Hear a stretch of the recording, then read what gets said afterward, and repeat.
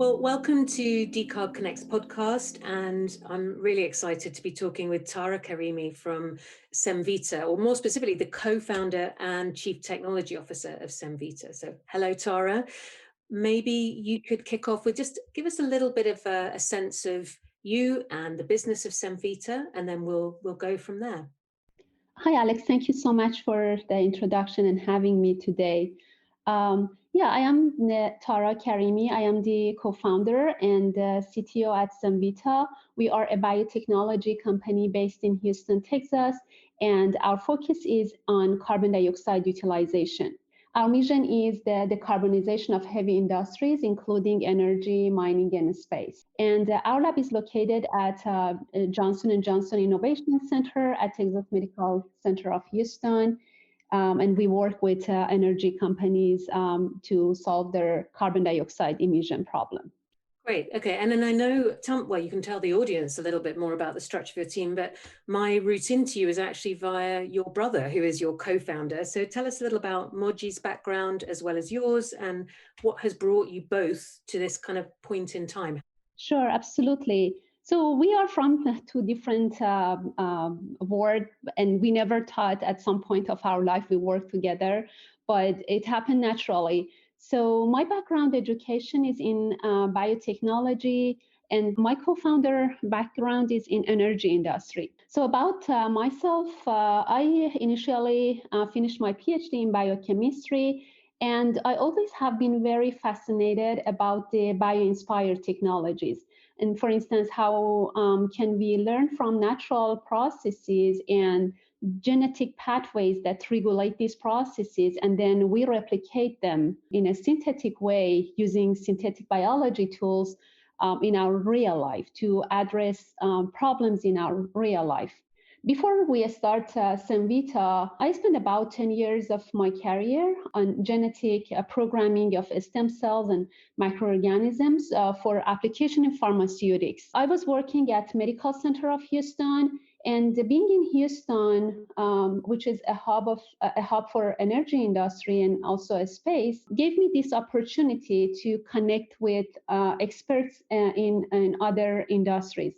And it helped me to connect the dots and think about how can we use current methods that are available in biotechnology, and we apply them for other industries, not limited to pharmaceutics and biotech, but we apply them for other industries. What's Moji's background, and then how did this conversation emerge? Because I can tell you, and I'm sure many listeners will feel the same, that me and my brother are never going to go into business together. We can love each other as family, but that's not going to be our gift to the world. So tell us a bit about how that emerged. In some ways, we both of us were passionate about science and about climate and how to help with climate, but we didn't know how we can do something together. And I think the story starts when Moji was working in a company called Biota, and they were using DNA sequencing to define a map of microbiome in subsurface. And the purpose was to define the source of oil in different reservoirs and how they are connected together. And at the time, he was working in Houston. I was working in Medical Center of Houston as well.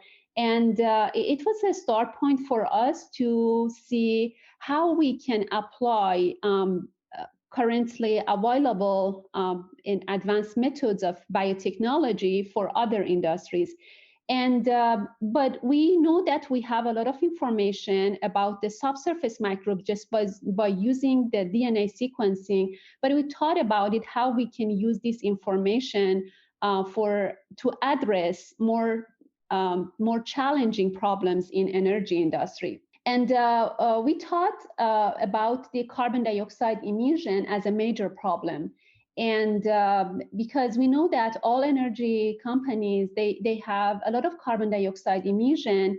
And if we want to address carbon dioxide problem, we need to ask them to join to the movement.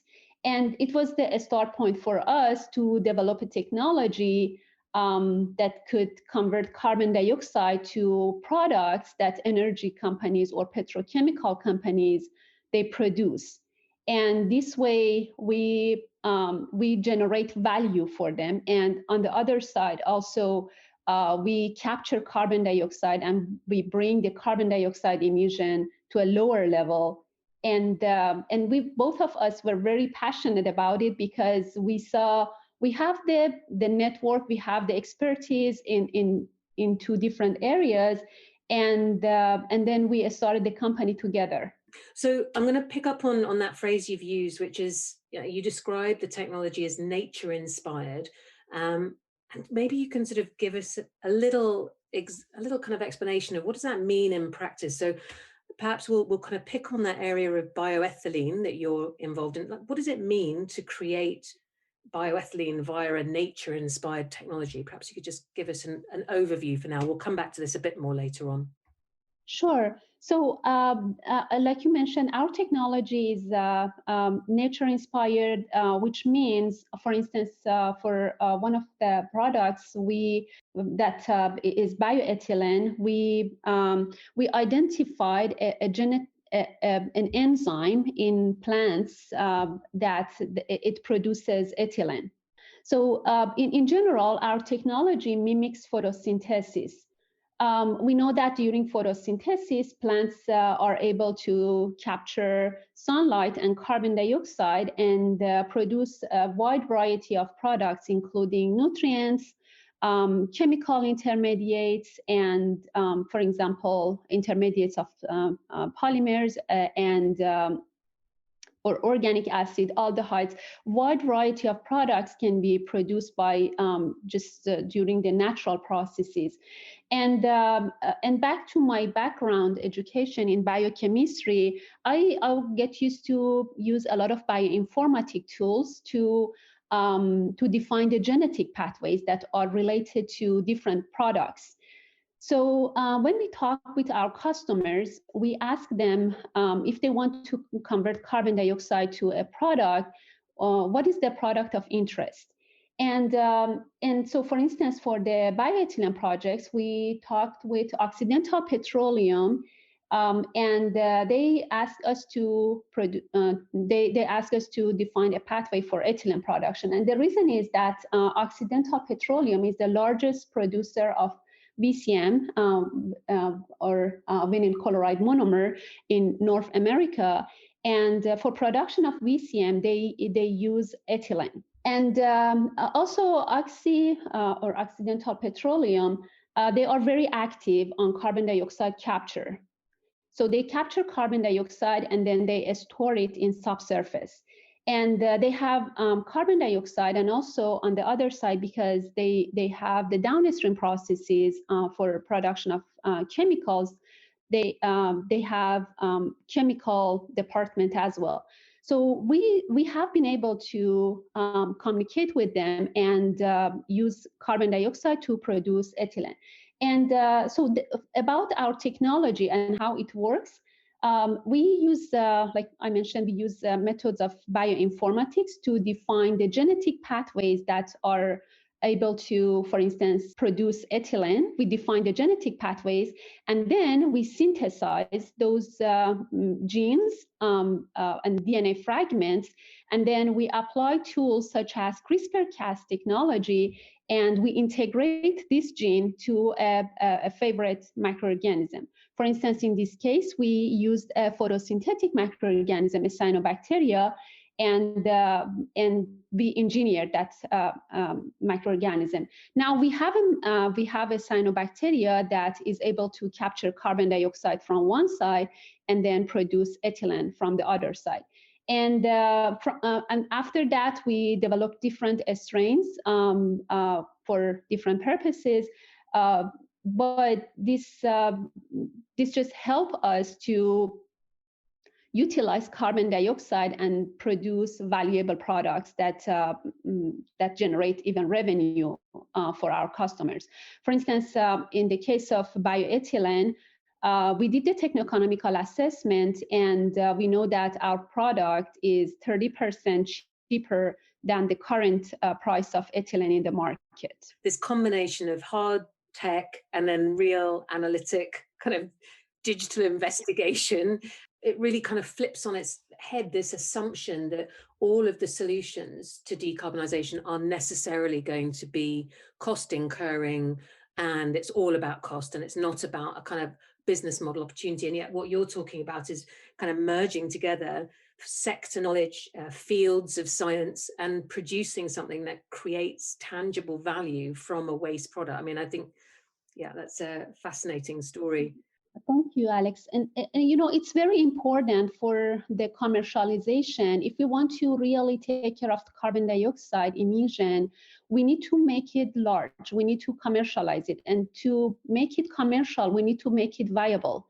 And for that, we need to consider all of the cost and make sure that not only it's not a cost for the client, but it makes revenue for them. So then it's more practical, and also definitely they will get benefits of the tax credit, and that helps also. But from the beginning, we just think about the making revenue by product by itself.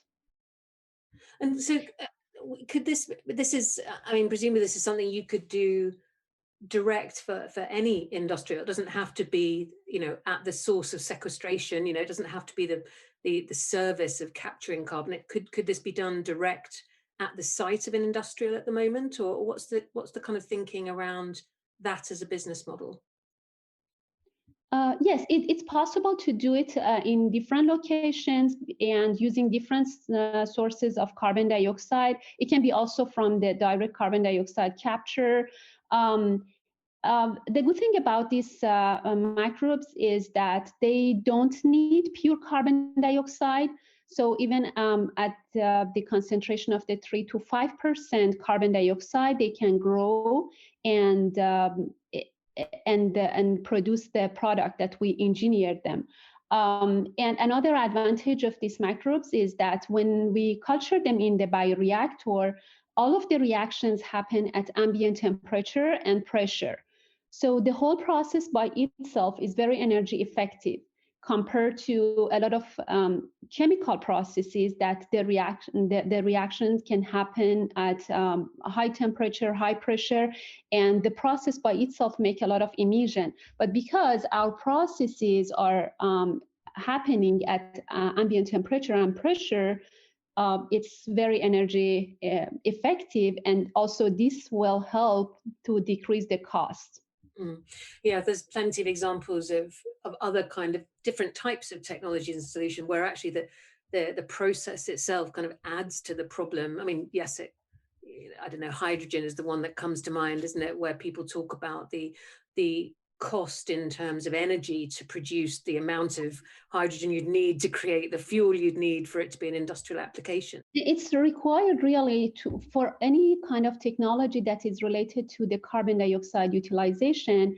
I think that's very important to consider the carbon life cycle assessment as well, to make sure that the process by itself doesn't make more carbon dioxide. So, and this is something that also we do all the time. We do carbon dioxide, carbon life cycle assessment, and we measure how much energy we use during the process, and then based on that, how much carbon footprint would be related to this process, and we compare it with the amount of carbon dioxide that we utilized. And we make sure that this is neutral or negative. And in most of our processes, it's negative. You mentioned at the start that you're based in Houston, and obviously anyone in the US will know that Houston is more than oil and gas, but for some people outside the States, perhaps that's its major connotation is still that it's the energy city in the States. But clearly, as well as energy, there are many other growing kind of technology communities coming to Houston and developing there. So yeah, tell us a bit about Houston as part of your story. How does being based there add to your experience, add to what you're doing? Sure. Yeah. I think I have been lucky working in Houston in medical center because, like you mentioned, Houston is a hub for different industries. Three major industries in Houston are medical and biotechnology. Houston has the largest medical center on planet, and I had the chance to work with the best professors and scientists in the medical center during my education, during my postdoc research. And then also Houston is the hub for energy companies, and also in Houston we have Johnson Space Center of NASA, and again I had a chance to attending a lot of space conferences, and actually one of our advisors in Cemvita is from NASA. He is Tim Copra. He is the former NASA's astronaut, and he helped us a lot also learning about a space industry. And one of the interesting things that I learned from space is that in a space, carbon dioxide is considered as a valuable resource because taking material to a space is very expensive. And so because of that, in a space, all of the resources will recycled. And carbon dioxide is considered as a valuable resource. And just this mindset helped me a lot to for solving of carbon dioxide problems on Earth, because on Earth we consider carbon dioxide as a big problem. And but if we want to solve a problem, firstly we need to get closer to it. We need to accept it, and we need to think about the solution.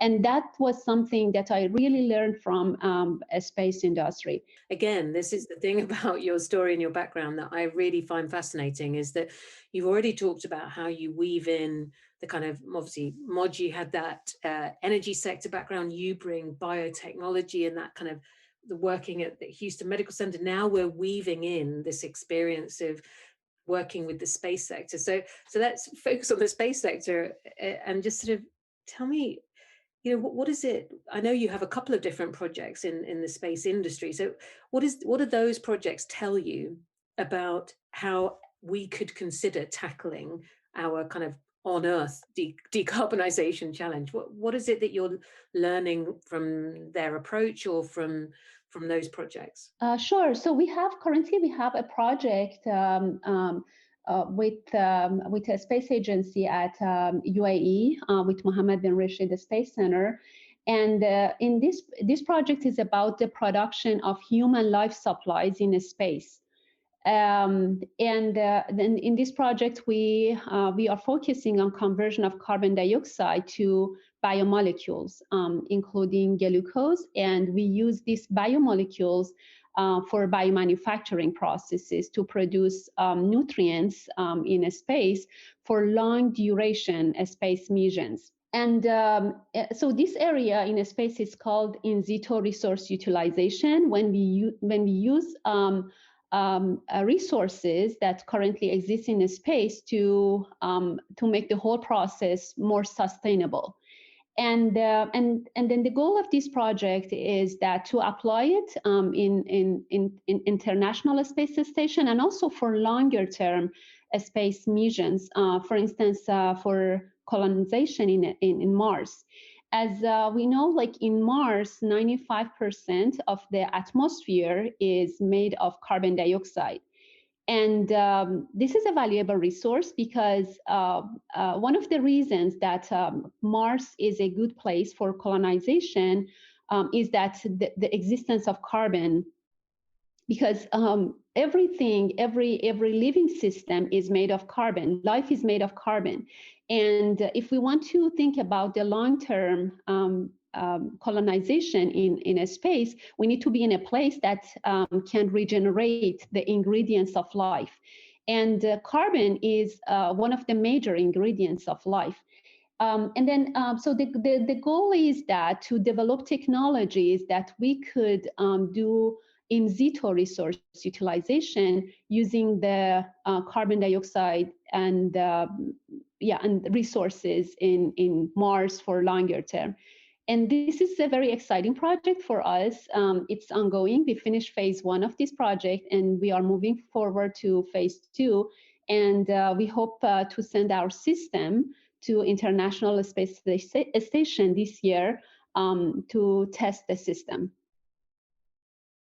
So again, a kind of a different way. So in the kind of core Cemvita products that, like ethylene that you've described, it's about how do we use CO2 in a different way for a different outcome, rather than just seeing it as a problem, seeing it as an opportunity. And again, in this example of working with the UAE, it's that kind of looking at CO2 with possibility as a mindset, rather than, I don't know, rather than with a negative kind of, oh, it's just going to be a cost-based problem. It's actually looking at, okay, but we can make stuff from this. And again, I guess that must lend that way of working and those processes that are being developed there, I'm sure must have other applications and lend themselves to the work you're doing in the energy sector and with industrials as well.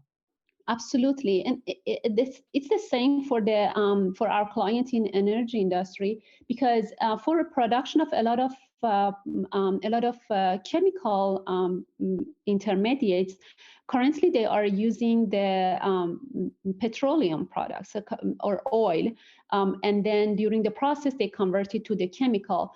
But the feedstock by itself a lot of time is expensive. But if you change the feedstock with a product with carbon dioxide, basically you cut a huge amount of cost just because you change the feedstock.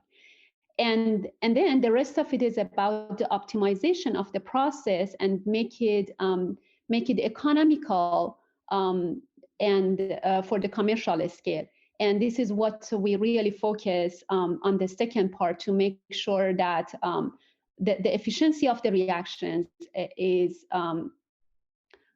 enough for the commercialization. I think my final thing on this kind of weaving this narrative of your background and how it brings different ideas in Cemvita is it just underlines the need for cross-fertilization across science, across technology, to kind of find these solutions that are needed for an industrial transformation.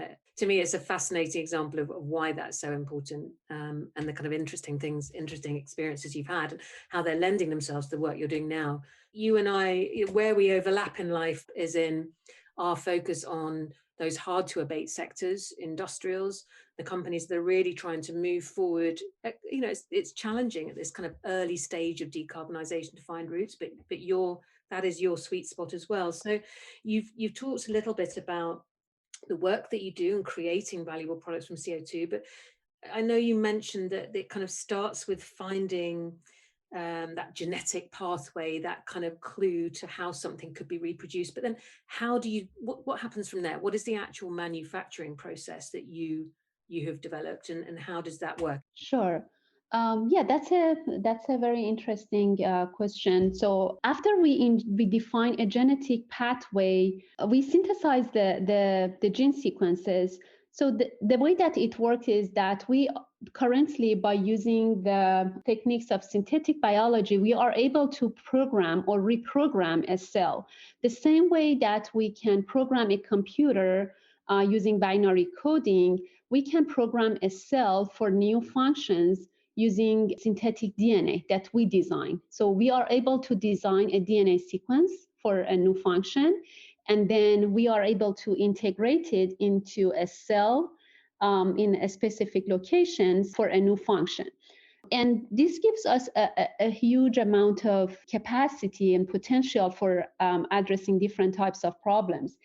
And so this is the technology, but we apply it for a production of different types of products. So bioethylene is one of our products, but we identified 30 different chemical intermediates or subunits of polymers that our clients are interested. After we define these pathways, when a customer wants to go to the next step and commercialization, then we synthesize the gene sequences and we integrate it into the microbes, and then we do a lot of analytical assays to make sure that the gene is integrated, for instance, DNA sequencing, protein analysis. When we see the efficiency is high enough, we go to the next step from the test tube to 1 liter bioreactors. And then from 1 liter bioreactor to 100 liter bioreactor and 1,000 liter bioreactor.